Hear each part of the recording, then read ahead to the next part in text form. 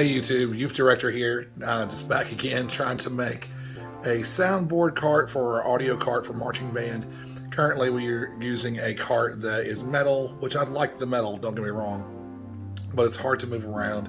It doesn't really have all the things that we need, so I'm no good at welding, never tried it, so I like to work with wood. So I'm going to make a cart with wood this time. I've already got a little bit of a start on it, so I want to show you kind of what I have so far so you can see what we're getting ourselves into. So this right here, what you see is going to be the sides and the upper kind of like table for the cart. So this right here being the upper table where it's going to be. This is the front. We're going to make a back side as well. We're going to make a base for it. We're going to try to make rails for mounting our wireless audio or wireless mic system. Trying to make all sorts of connections that are on the outside of this box so we don't have to connect directly to the board from the outside. It'll just, the board will connect to the box itself or the cart itself, and the cart will connect to everything else external. So hopefully we can get this done here during fall break. I haven't put a video out in a while. It's been the summertime since the last time I put a video out, so hopefully this will not be a short but sweet one. All right, so we've done a little bit more work on the sound cart. I haven't really filmed any of what I've done.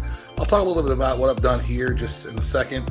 Let me show you the progress so far. It's mostly a kind of an outline, a frame so far.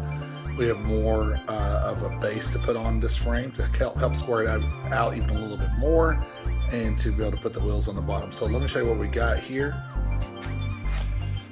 So this is what we have so far.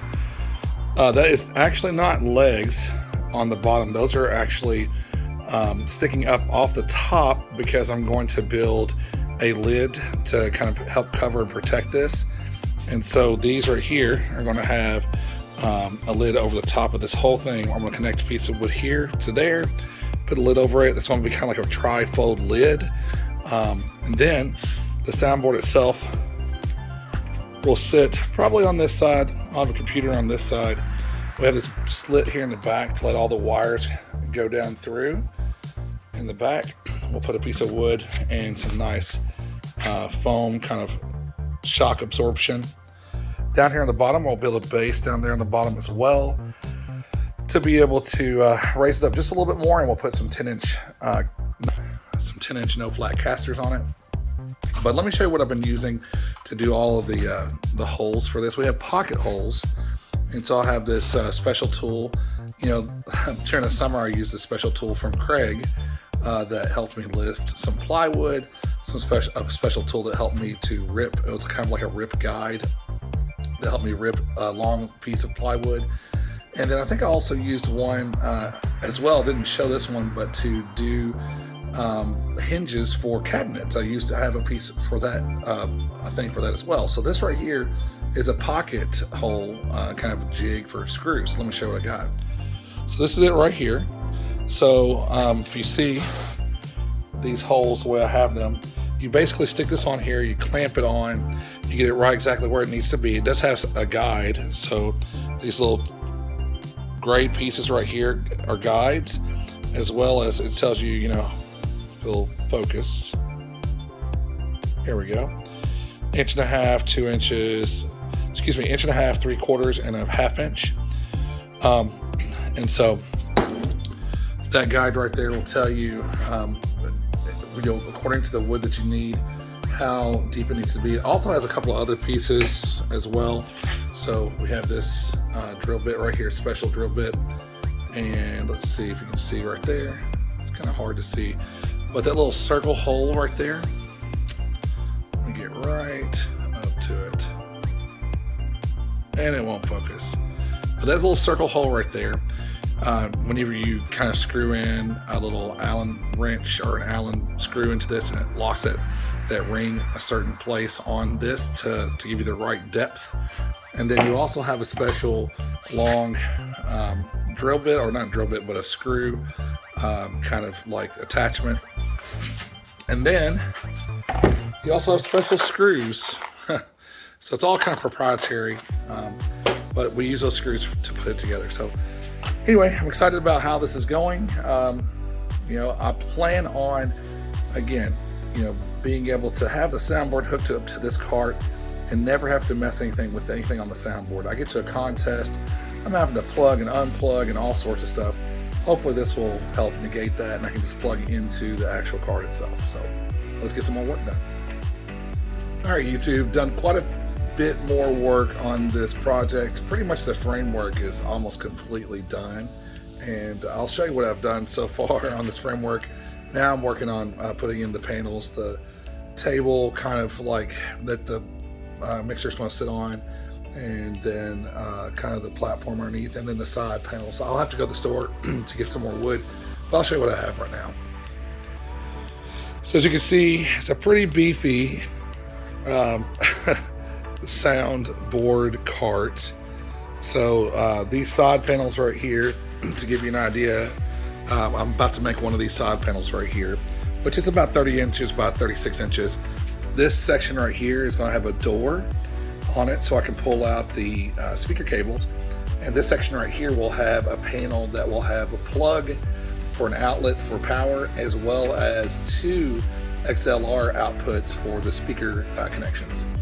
Here in the back, we're going to have 2 as well. So here on the sides, this side right there, and that side, we will also have cabinet doors to be able to pull out the snakes that we have to go to the pit and go to the the mallets and marimbas and stuff, as well as the synths. And then here in the center, we're going to have a panel right here that's going to have 2 outlets for power. It'll also have 2 DB25 plugs that you can plug straight into, as well as an XLR for a center kind of mono mix channel from the soundboard.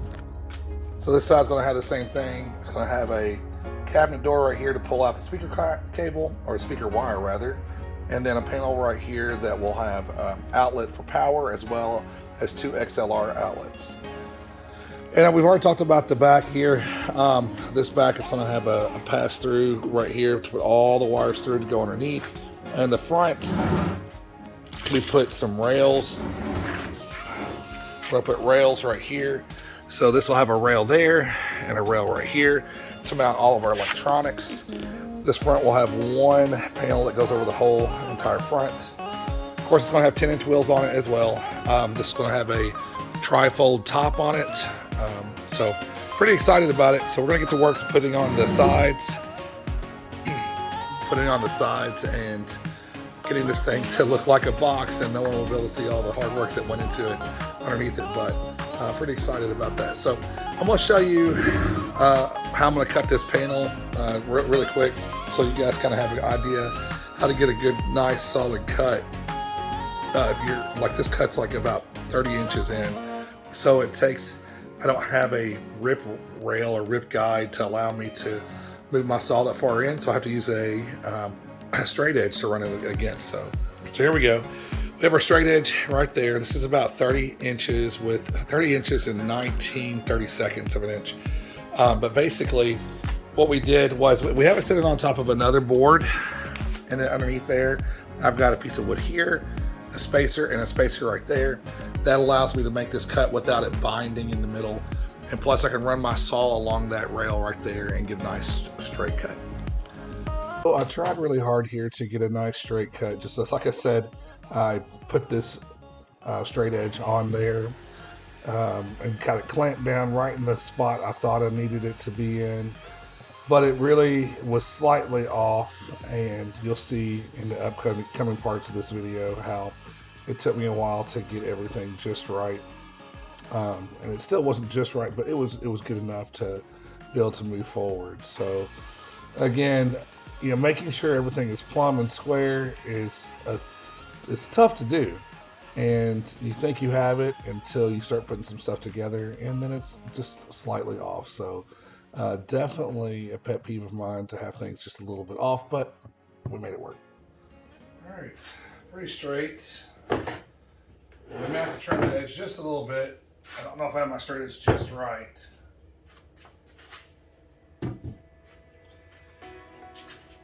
Yes, got it.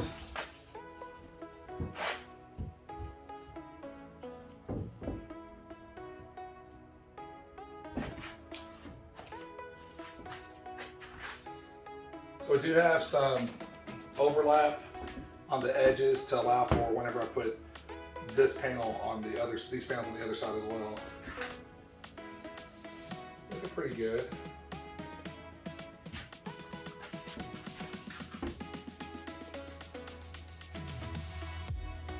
Not too bad. I think it'll work. I think it'll work. I'm going to cut off the edge. I'm just going to mark that. So the edge that we're talking about here is the top edge that's overhanging the top of the cart. Just want to get that cut off and trimmed off. And you can see here that it takes me a while to get this lined up. It just is not lining up to my liking. And all I need to do is just draw a line and cut that top edge off. But the side edges overhang for just a quarter of an inch or 7/16, something like that.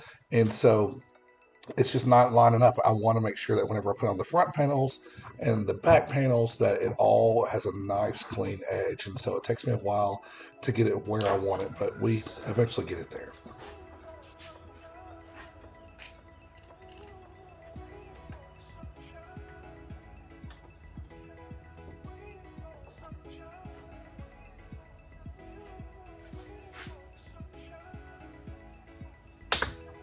What we end up doing here is taking a cut off piece of plywood and using its thickness, and it's a longer piece, of course, as you can see, using its thickness to see how more of the edge lines up with the frame of the sound card.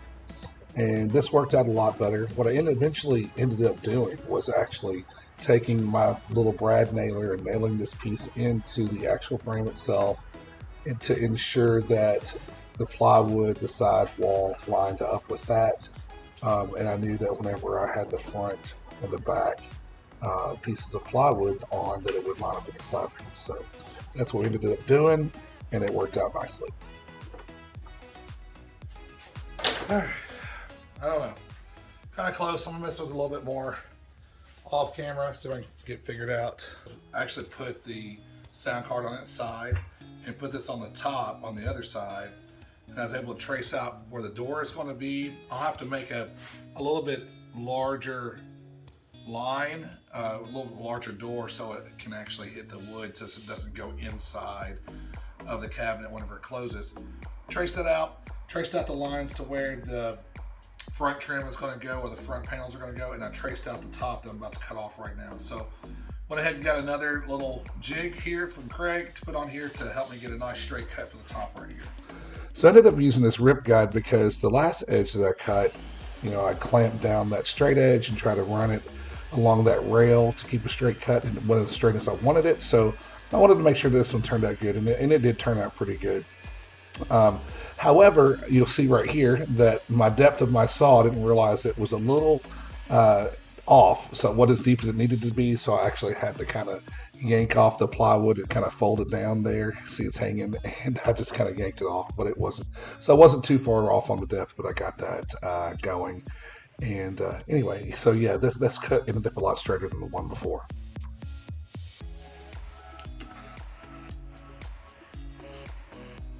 Now I just need to figure out how I'm going to cut this door that's traced out.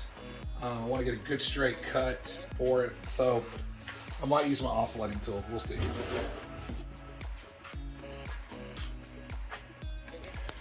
So I was able to get a good trace or a good outline of the door, overlapping just about a little over, I don't know, not quite 3/4 of an inch, but what I did was I took my square and I actually took it and put it right on the line where one edge of it, this little center fin, is on the line, and I just used that as a guide. It's a really nice little tool, very handy if you don't have a square.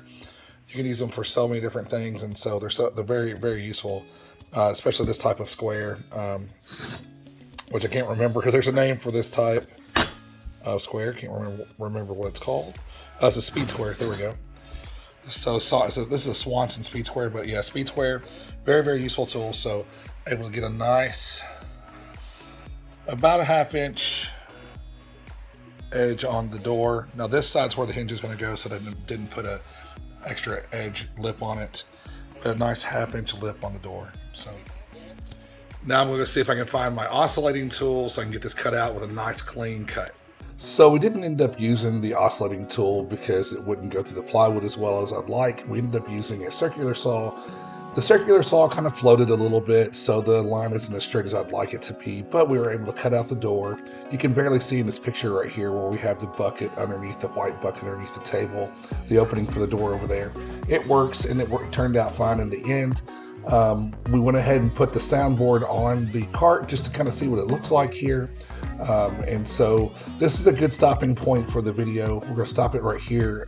We'll come back with the next video and talk about putting the wheels on and the rest of the side panels and things like that. So thanks for joining us and watching this video. It's taken a while to get it out. This was actually taken way back in fall break, which was in October. And so just now getting these videos out, and it was a lot more content than I expected. I thought that I would get this video to 1 week video or 1 week at work on this project, and I'd have it done, but it actually took some more time than that. And so excited to get these out to you guys and have some more videos in the queue ready to go. So again, thanks for watching, thanks for subscribing, and we'll see you for the next one.